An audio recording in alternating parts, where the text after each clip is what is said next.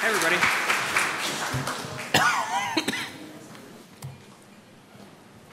I'll start with a little PowerPoint pro tip. If you hit the B button on a PowerPoint, it just turns the screen off. And the W turns it white. Anyway, all right.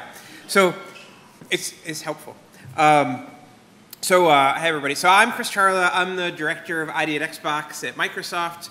We're a 5-year-old program at Xbox that helps independent developers self-publish games on Xbox and Windows 10 with Xbox Live. So today, I really want to just basically talk about how you can start to take full advantage of self-publishing on Xbox One and Xbox Game Pass. And I'm going to share a bunch of sales data.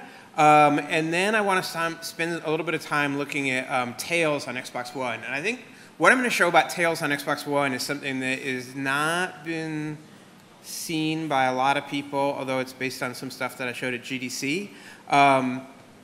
I think in the game industry, we focus a lot on launches, and obviously launch is crucial, but I think we don't spend enough time thinking about the post-launch phase. And obviously, if you're making a free-to-play game, service-based game, it's all about post-launch. But I think that for even games that are single-player games, narrative games, maybe an action game, thinking about the post-launch phase is actually going to become more and more important. And we've been seeing some trends in the data that support that. So I want to share it. I'm also going to share what I think it means, but I can't say 100% what this means. But you guys are all smart. I think with data, you get smarter. And if this data that I'm going to show leads you to different conclusions than what I suggest might be the reasons, I would be super, super eager to hear about that, because we're still kind of, in some senses, coming to terms with this a little bit. I'm going to try and go through the slides pretty quick and get to questions pretty quickly so we can have just kind of a discussion. And then lastly, I just want to caveat before I begin that, I'm going to be talking about sales, which is fun because I think it's the place where our interest as a platform holder and your interests as creators really align directly. We all want to sell a bunch of games and see our players super happy, but I don't want you to think that commercial success is what it's all about. There's all kinds of definitions of success. There's personal success. There's artistic success, there's critical success, and those are all super, super valid reasons for making games. Commercial success is just where our interests overlap most directly. But please understand that we're totally agnostic and supportive about whatever kind of game you want to make. We see our jobs at Xbox as supporting you and giving you data so you can make smart decisions. But we're just as excited about a small game as we are about a big 3D, first-person shooter. We love games. We want a lot of diversity of content on the platform, and we just want to make sure that you guys always have the best information so you can make smart decisions. So just a couple quick updates on just how things are going at ID at Xbox. Things are going pretty well right now. We've got almost 3,000 studios, right around 3,000 studios who have Xbox One dev kits in hand today. That compares to in the old 360 generation, there were less than 700 registered developers on that platform during its entire lifetime, which to me just really speaks to the market changes and the kind of amazing Cambrian explosion of independent developers. And also, I guess I'm pretty happy that we're getting hardware out to a lot of them. We've got about 900 games shipped via ID at Xbox. Whoa, good Lord. And there's more than 1,500 in development. There's just way, way, way more than 4 billion hours played since 2015. That stat is I can't wait to update that, sorry. It's been pretty cool. And we've seen really strong, sustainable sales performance for games on Xbox, which is the thing that I'm most stoked on and most proud about with the entire program. I know we have a really sustainable market on Xbox. I think that stat says that we've more than $1 billion in revenue been generated lifetime by games that are in the ID at Xbox program.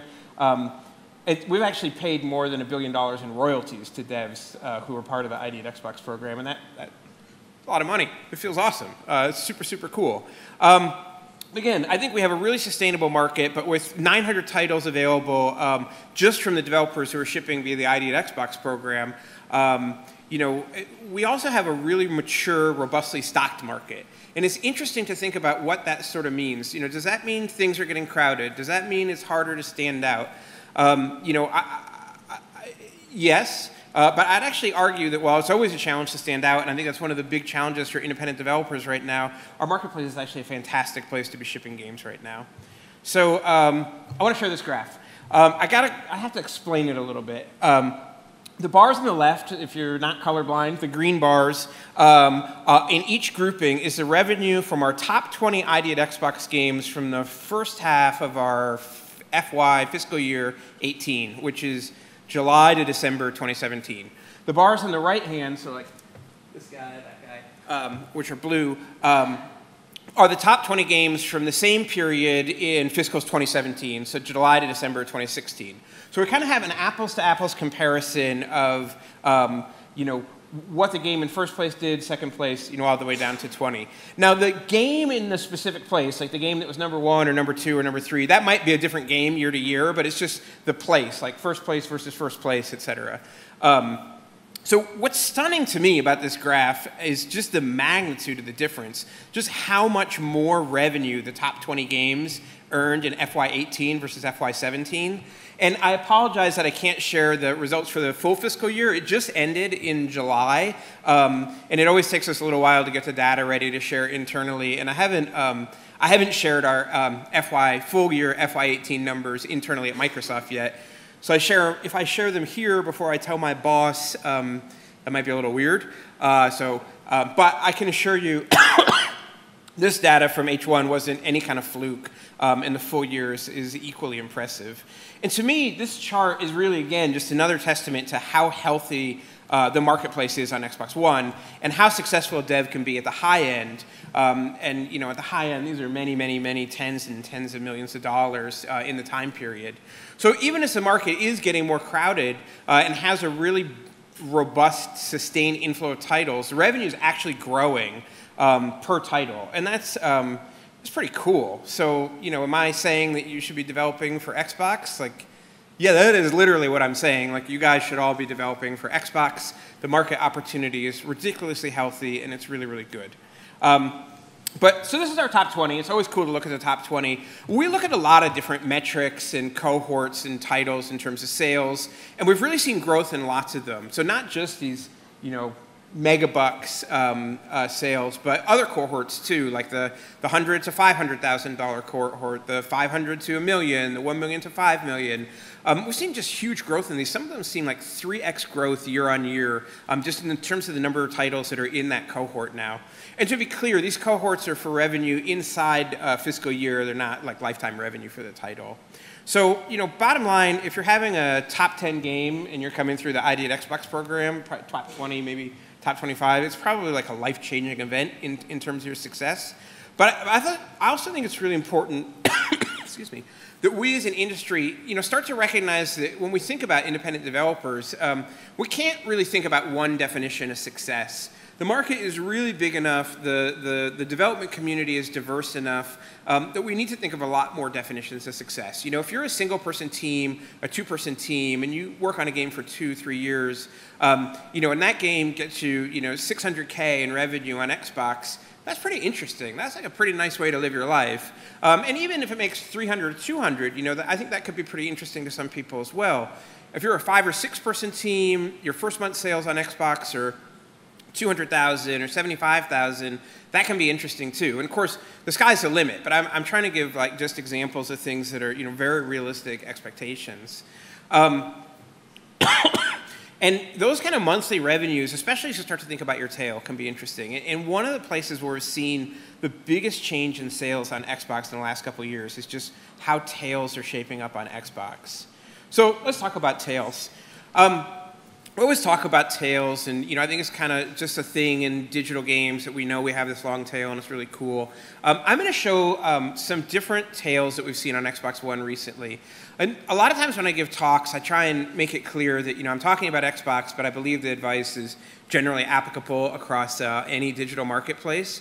I think this tail data might be unique to Xbox. I'm not sure. Like I don't see other marketplaces digital sales numbers, and so please understand that what I'm about to talk about is really Xbox specific. All the graphs I'm going to show are based on real numbers and real data for real games, not showing the exact values, sorry. There's also no scale commonality between the different slides, although on a slide there is. So let's talk, this was a narrative game. It shipped about 4 years ago, no DLC. And this is kind of like your classic,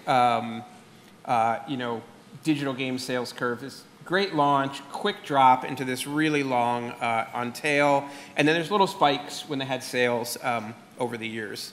And I would say that this is kind of the canonical console game tail sales curve. This is, again, this is from a real game. And when I think about kind of like the conventional wisdom for console digital sales, it's basically this graph. Like, this is what most people will tell you console digital sales look like. And if you look at Xbox Live Arcade on Xbox 360, so last gen, with really few exceptions, this is what every game's sales curve looked like. Some evergreen games had like a fatter tail, but basically they all look like this. Like, good launch, quick drop, into the long tail. Near the end of the 360 era, I actually looked at a bunch of sales data, and it was amazing to see games that were selling like the same number, like plus or minus 2 or 3 units like a month, as they got into that long tail. It was really interesting. But on Xbox One, and especially when we're talking about games that are in the sub $10 million revenue a year category, I don't know if we can say every graph looks like this anymore. But this is a typical graph from an Xbox One game, and it is like pretty typical. So in contrast, this is a typical successful service-based game tail. So a couple things here. So first, this is not one game. This is an average of a couple games. But it's an extremely typical tail for a service-based game on Xbox One that has lots of post-sale monetization options. So the scale here is probably about double the previous slide. Like, this is about 2x where that last slide started. But you can see in contrast to that game, month one was actually the worst month these games ever had. Dips are largely tracking based on seasonality, when big AAA games release, especially games with like big multiplayer components. And the lesson here, I want to be clear, is not that you should make a service-based game. You should make whatever game you want to make. And our support for you is the same whether you make a single-player story game or a multiplayer service-based game. But I just want to show you what the different tails look like so you can have an idea of how your game might perform post-launch on Xbox One. So service games, I think this is an important point to think about. They don't just earn money over time. They don't just earn their ARPU, over like a year versus like a month. And this isn't just ARPU slowly growing as people get more invested in a game that they already like. I really think it speaks to the game's like increasing market penetration over time, or maybe call it discovery penetration, just really growing over time. A game like Warframe on Xbox One, it's on other platforms as well, it's really pretty venerable at this point. It launched like almost exactly 4 years ago onto Xbox One.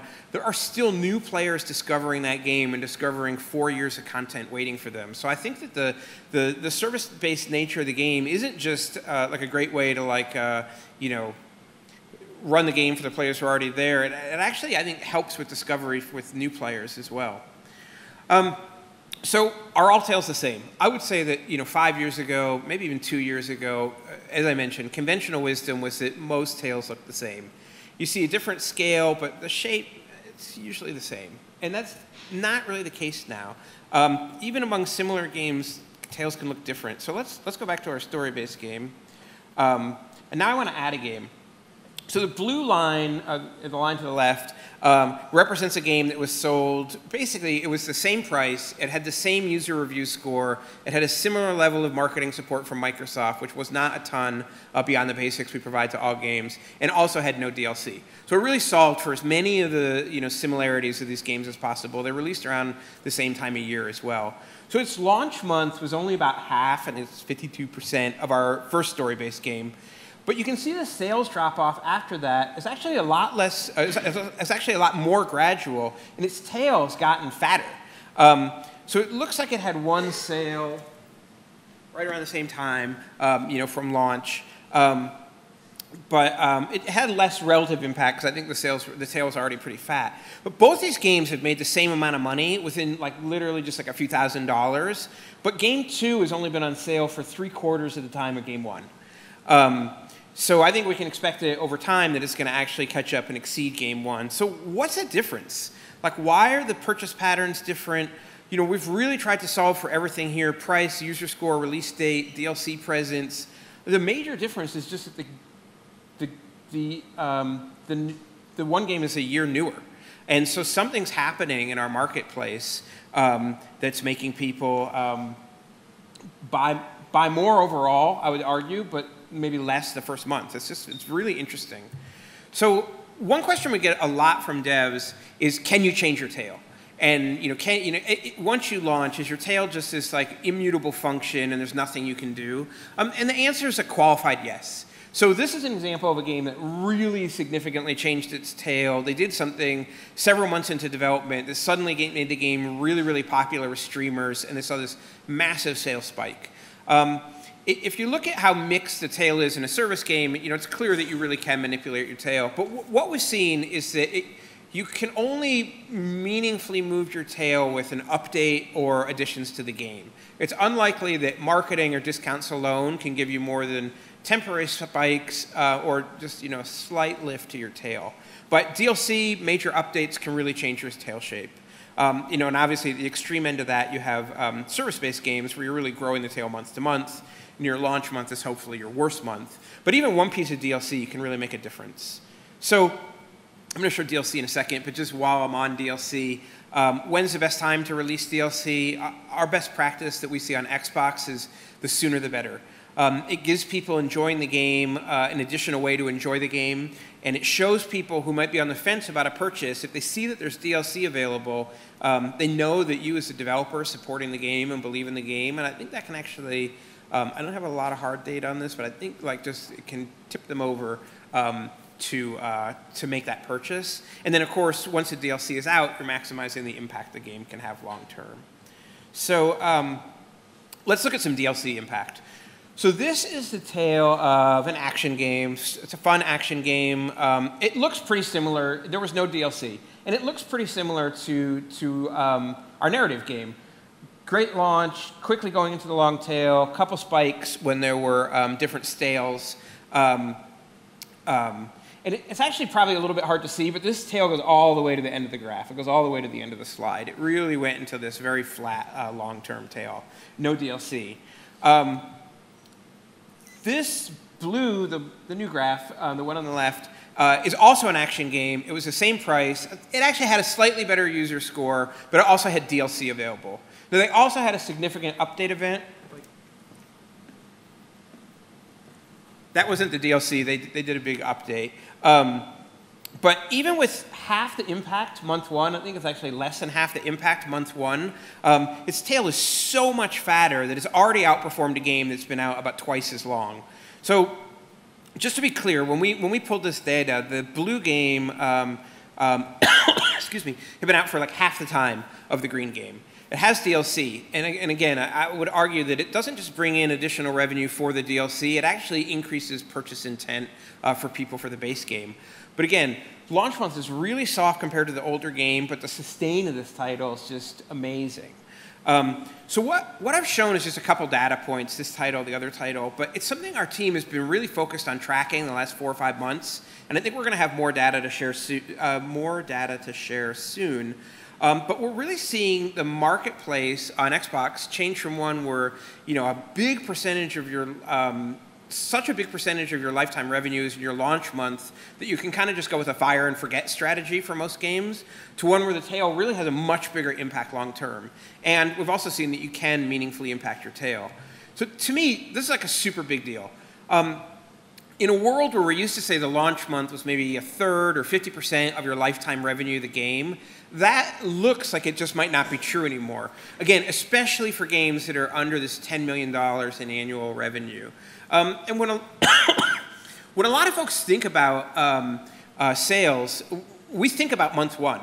For 10 plus years, since kind of the dawn of the Xbox 360, the dawn of Steam, like month one sales have been this great apples to apples metric to compare sales across marketplaces, inside marketplaces, across genres.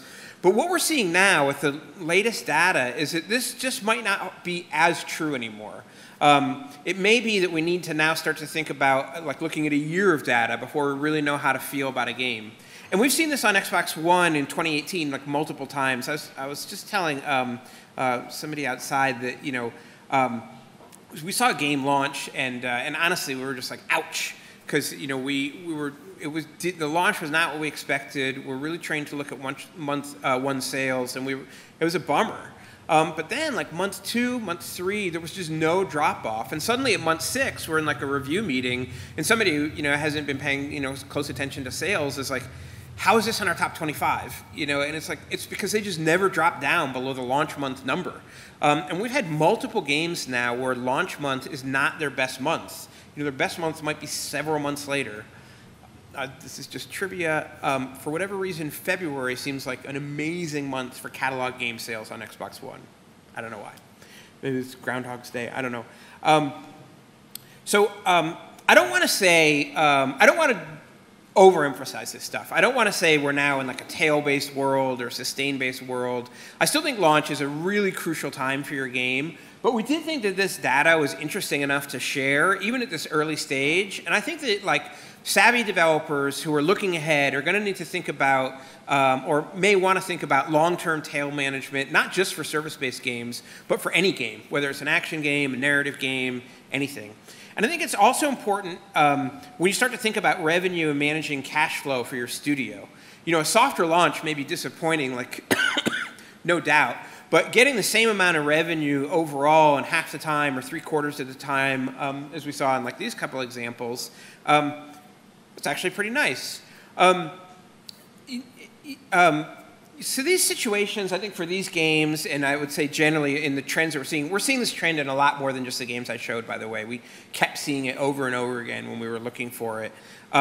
It's pretty studio specific and game specific. It's hard right now for us to make a generalized rule about this, but we wanted to share the info because we think it's important for people to consider what tail-based sales kind of world looks like versus like a launch-based sales world, because it, I don't know. Is this a new reality? Is this a statistical aberration? Is this just on Xbox? Do we see this repeated on other marketplaces? Time is going to tell. But our feeling at Xbox right now is that we want to be as transparent as possible when we have new data to share. Ultimately, you guys are going to be able to draw your own conclusions, and really look forward to hearing from folks about their analysis of what we've been able to share today. So with the tail being so important, let's talk a little bit about managing your tail. So again, I want to reiterate, we're not telling you what kind of game to make, but to be a smart studio, I think you just kind of need to understand where you fall. If you're going to do a narrative game and you're not planning to do any DLC, you are going to see a much higher fraction of your sales month 1 than if you have some DLC or you start to approach like a service-based model. Which is totally fine. It's just a matter of like, as you're planning your next game, kind of understand how that impacts things. But in a more tail sales-based world, though, how do you start to support your game? I think, first of all, number one, if it makes sense, I'd really encourage you to consider DLC or add-ons for your game. On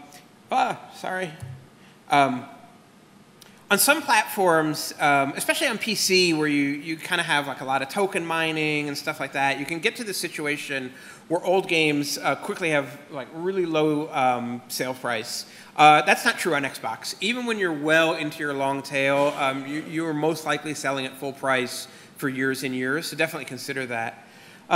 So the old conventional wisdom is that your tail is a function of your launch, and that whatever the launch size, the tail was always a direct function of that. I don't know if we're really at the point now where we can say there's a new conventional wisdom here, but the data that we're finding on Xbox, honestly is interesting enough to share, and I think there really is something there. And I think it's something to really think about, and think about how you can capitalize in your next game. I am a little old-fashioned, so I did want to leave the last bullet here. You really only do get one launch on console. Regardless of how well your tail sales do, I think you do want to make sure that you work to maximize your launch. Console players like polished games, and they do not respond well to games that are broken at launch. So regardless of how your tale may do, I really encourage you to focus on having a great launch. You only get one chance to launch and to be new on Xbox, with the exception of Xbox Game Preview, which is our early access program. You've got to launch a fun, playable game, even in Game Preview, but we have seen that 1.0 launches for games that are coming out of Game Preview kind of get a launch spike that resets what the tale looks like in an interesting way. So bottom line, let's say just historically, we sort of approach game marketing like a movie launch. There's this thing coming, and it's the launch, and then it happens, and the game launches, and then it's over, and we sort of see what happened. And I think it may be, especially for smaller games, that we need to start to take more of a marketing approach that's similar to the way authors take with books. You know, book tours can be weeks and weeks long, months long, and marketing a book really becomes a marathon, not a sprint. So I think there's opportunities here for studios to start thinking about developing more of a marathon marketing approach and promotion approach post-launch. And that in itself creates a whole host of interesting questions and issues around resources and sustaining attention that might be a little bit beyond the scope of this talk, but I hope it starts to get you thinking about that kind of modality. But in an industry where by far the toughest problem for smaller developers and games is discovery, making sure people know about your game. You know, for better or for worse, you now have the opportunity to be introducing people to your game for the very first time for months or even years after it launches. So as we think about transitioning to kind of a robust post-launch support and marketing model, it's a nice segue into talking about some things that Microsoft is doing. You know, I mentioned changing from a kind of launch once mindset, and I can say I see Microsoft moving away from that with a lot of the new platform initiatives that we've launched recently. And I think they're really helping to differentiate our platform in a significant way from others, and also really setting us and hopefully setting our partners up for success in the future. And it's interesting because I feel like it's really cool. Things I'm going to talk about are super awesome, but they're making like our views of the data like much more Xbox specific than they used to be. So with that said, I want to talk about Game Pass. So if you're not familiar with it, Game Pass is a games membership program on Xbox One where players, players pay a monthly fee, and for that they get access to more than 100 games that they can download and play on their Xbox. I think we're about 170 games right now. It's a pretty tightly curated collection with games that go in and out of the service. And the curation, I would say, is pretty solid. I don't know if you guys have a Game Pass membership, but it's pretty cool. We want to make sure that we're really providing awesome games for players, and in our research, what players want is really good games, not just tonnage. They're not just looking for tons of games. They want good games. So the games are downloaded, not streamed, and then members get discounts on DLC, or if they decide they want to purchase the full game while it's in Game Pass. Also possibly after it leaves Game Pass. I'm not 100% sure, so sorry on that. And the service has both catalog games, which are games that have been out for 6+ months, as well as new releases. Microsoft Studios, which is our first-party studio, is now putting every game into Game Pass the day it releases. So the day it goes on sale, it's available if you've got a Game Pass membership. And some third parties and developers working with the ID program are doing the same thing as well. So results of the program so far have been like amazing. Unfortunately, I can't talk about subscriber numbers other than to say that we're super stoked on how many people are taking advantage of Game Pass. But Ben Decker, who's our GM of services, was talking to Variety last week, and he revealed some numbers that I want to share. He mentioned that Game Pass members are now spending 20% more time playing games than they did before they signed up. That seems pretty cool. And we've seen a 40% increase in the number of games that they've played, which isn't just Game Pass titles, but all titles on the system. So Game Pass members, Game Pass players are really engaging more, which I think just seems really cool. It's great for them, it's great for us as a platform holder, and I think it's a huge opportunity for developers as well. When we launched Sea of Thieves into Game Pass on its launch day, it was the first game that we launched day and date. We did have some models and some ideas of what we thought was going to happen, but we didn't know, right? And we ended up very, very pleasantly surprised. We beat our June sales goals like the first day, Joe Neate, who's a producer on the title, attributed that really to Game Pass building awareness as well as Mixer streaming. You suddenly had this huge player base day one from Game Pass playing the game, streaming the game, and that just seemed to kickstart full price sales, as well as obviously a lot of Game Pass transactions. So we weren't sure if that was a one-time thing. When State of Decay launched, day and date as well, it ended up being the #1 game that it launched in the US the month it launched per MPD. That's awesome. So I think there's a really interesting opportunity here for games. And I would say 2 opportunities. One is going into Game Pass after a year or after 6 months can be a great way to reinvigorate interest in your game during its tail phase, especially if you've got DLC. And I think Game Pass has done something really cool, which is really helping players understand that, hey, game doesn't stop being good just because it's a year old. And more than that, there's some amazing games you might have missed that you now have an opportunity to check out, and this is a great way to experience them, as well as it's a great way to have a low-risk way to experiment with a game you might not play otherwise. So the second opportunity would be launching day and date with Game Pass. I think this is interesting for a game that wants a lot of concurrency right away. It's also for games that might struggle with discovery otherwise. I think our Games with Gold program is a great model there, which if you subscribe to Xbox Live, you get a free game or 2 games with Games with Gold every month. I'll use IDARB as an example. It launched a while ago into Games with Gold. I think it really needed that to take off to get the concurrency they wanted. And that's the kind of game that I think can benefit from going day and date. Again, if you have post-sales monetization and a fun game, I think it could be really, really meaningful. So question we get a lot is how can I participate in Game Pass? Well, first you have to be on Xbox. Second, just get in touch with us.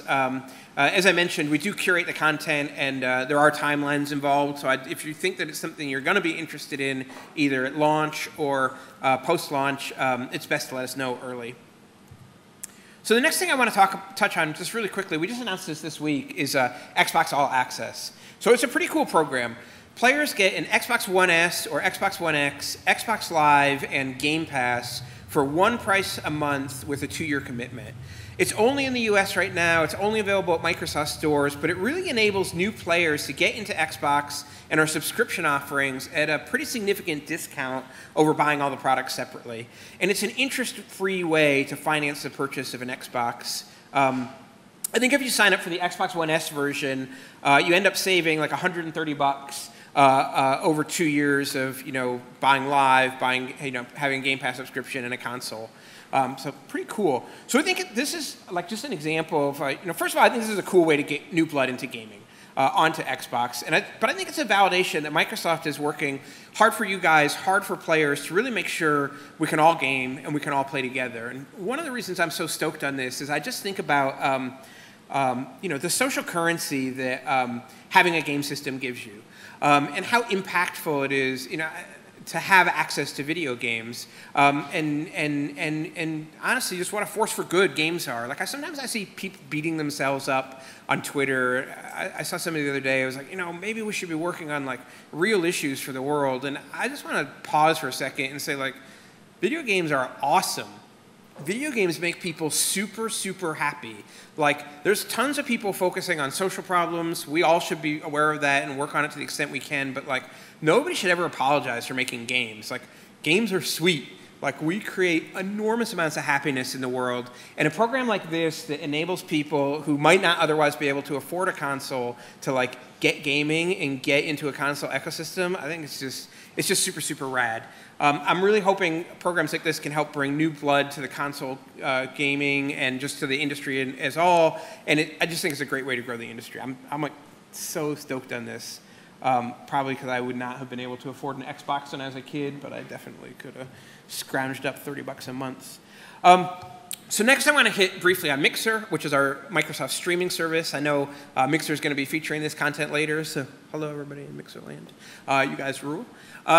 Mixer's got some amazing features for content creators and for developers. As a dev, you can implement some interactive hooks that enable content creators to have their audiences directly impact with the game. And the low latency streaming means that you can have better real-time chats with your players, but you can actually, as a content creator, invite players to interact with you directly.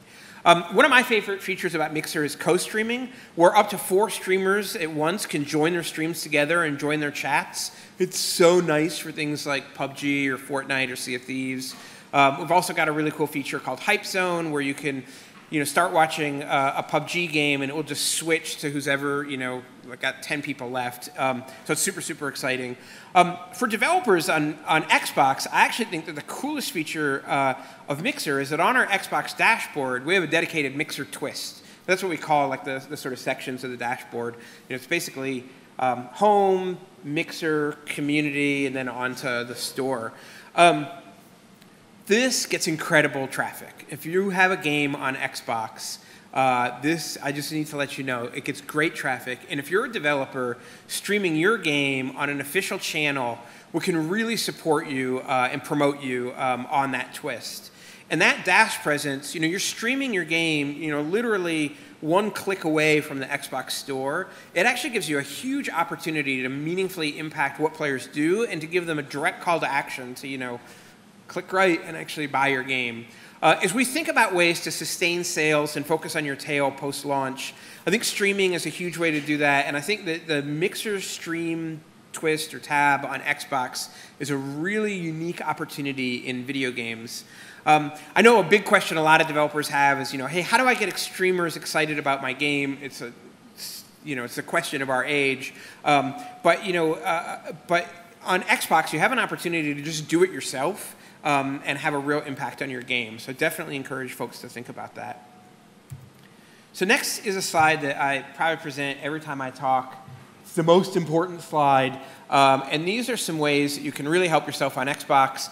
Beyond having a great game, these 8 items are probably the place where very small inputs can dramatically affect the sales of your game, either positively or negatively.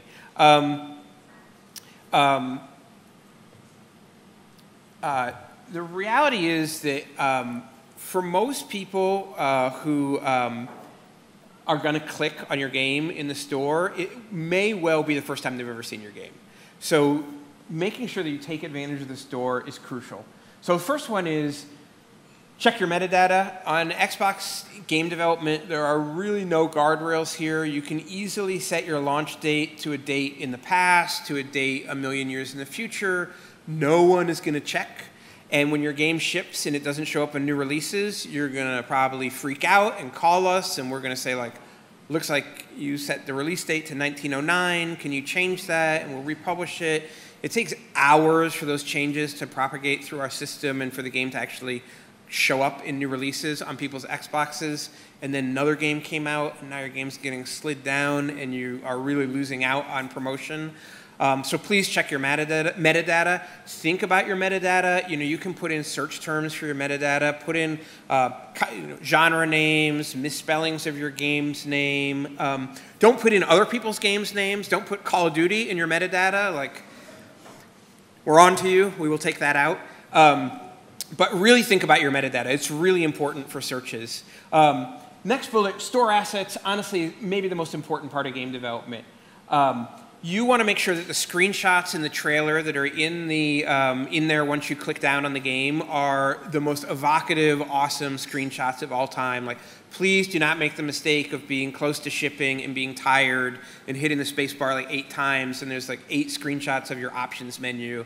Like, no one is going to buy your game. So just like, I know it's like such a pain. I used to be a developer. I know like the pain of all the details you need to take care of outside the game when you're trying to ship is like stressful. Like, please make sure you have good screenshots and make sure that your description text is written by a native speaker and like checked and just really, really good. Like, don't use automatic translation for your store text in other languages. It'll be a disaster. People will be really upset.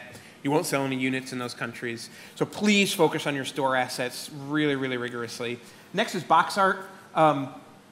Look at the marketplace when you're designing your box. It's so easy to be a graphic designer and make something that looks beautiful, awesome piece of key art. We're going to put that on the box. It looks so good on the laptop. It looks so good on my desktop machine. It looks so tiny and unreadable when it's on the store 8 feet away from you. Before you start to think about your box, have your key art, have it be awesome, let your art director go wild, or let yourself go wild. Before you start thinking about a box, like sit on a couch far away from a crappy TV screen and look at the store of whether it's Xbox or PlayStation or Switch or whatever, and look at what boxes pop, and do that. And look at what boxes don't pop, where you can't tell what the heck the game is, and don't do that. But like really think about the box art as a 10-foot experience, an 8-foot experience, and design for that experience. I can't tell you exactly what to do. I can just tell you, look at what works and look at what doesn't work. It's so tragic when you see a game where the box art just like does not compel people to click on it. Next, don't make sleazy box art. We say this all the time, and people still do it. Like, okay, I'm going to tell a real story. I'm not going to name names, but I was looking through the Xbox store the other day, a couple weeks ago, and I saw this game with this like really like I would just say problematic, overly sexualized box art. And I was like, that is gross. And then I was like, who concept approved that? And then I was like, I'm downloading this to check it out. And so I get a lot of games for free, just for the record. So I was like, I just want to see like what is this nonsense? And then I start playing the game, and the game is this awesome twin stick pixel art game. It's like my favorite genre. And I'm like having like a really good time playing, but I'm embarrassed to play it because every time I like go to the home screen, I see this like gross image. And then I'm like playing at work because it's a really good 5-minute game. And my coworker comes in and she's like, "What are you playing?" And I'm just like, oh, like I'm so embarrassed. Like, dude, like no one is gonna buy that game. Like that kind of art might get people to click into the store detail page, but I can tell you, no one's going to buy the game, and I can guarantee we're never going to promote it. So like, just don't do that. And tell your friends not to do that. If they show you a gross box, just be like, put a monster on there. So sorry, I was like up on my high horse because I just got called out yesterday about that, and I was like bright red as soon as my friend said that. So those are good things to do. Other things that are really important, get through CERT as early as possible. That gives you the most flexibility in terms of doing a pre-order, in terms of moving your date around if you need to, and also in terms of announcing your date. This is the bottom bullet. I'll just skip there. Announcing your date early is really, really important. As you work to build like awareness of when the game's coming out, people who know your game and want your game mentally spend the money. If they know like, oh, August 28th, that game's shipping, August 28th, when they see the game, they're like, oh yeah, I gotta buy that. The worst thing ever is to tell somebody your game's out, and like, oh, it shipped, and you're like, oh, like build release date awareness. On Xbox, you can only really officially talk about your release date once you're through CERT, but try and get through CERT as early as possible so you can talk about awareness. If you want to do a pre-order, you can put a pre-order up. Pre-orders for just digital games with no additional offer, like a gift with purchase, don't always do like spectacularly in and of themselves, but it does get your box art there, like onto the the front page of the store, a couple weeks before your game ships. As you start to think about promotion, launch timing, talk to us. I would say get in touch about 6 months before launch. We will actually, in ID, will email you 6 months before the launch date you gave us when you applied to the program, which is usually inaccurate, but that's just what we use. Everything here, conventional wisdom changes, best practices change. We're always happy to tell you what the latest is. Get in touch. We can let you know, hey, did you read the newsletter? You didn't read the newsletter, so you don't know that we're doing a big pre-PAX event that you could promote your game in. Like, you can still do it, So first of all, read the newsletter we send you if you're in the ID at Xbox program, because we have a lot of promotional opportunities in there. But just talk to us early, and we will hook you up with what the latest is. And avoid big game shadows if you can. If you're a multiplayer game, avoid other multiplayer games. This is harder and harder, but it's just launch date timing is something. We'll always try and give you the best advice we can in terms of what's coming without revealing anything secret, but it's just something to think about. So that's it. Xbox is cool. Developers are making tons of money, and hope you develop for it. And if there's any questions, happy to take them.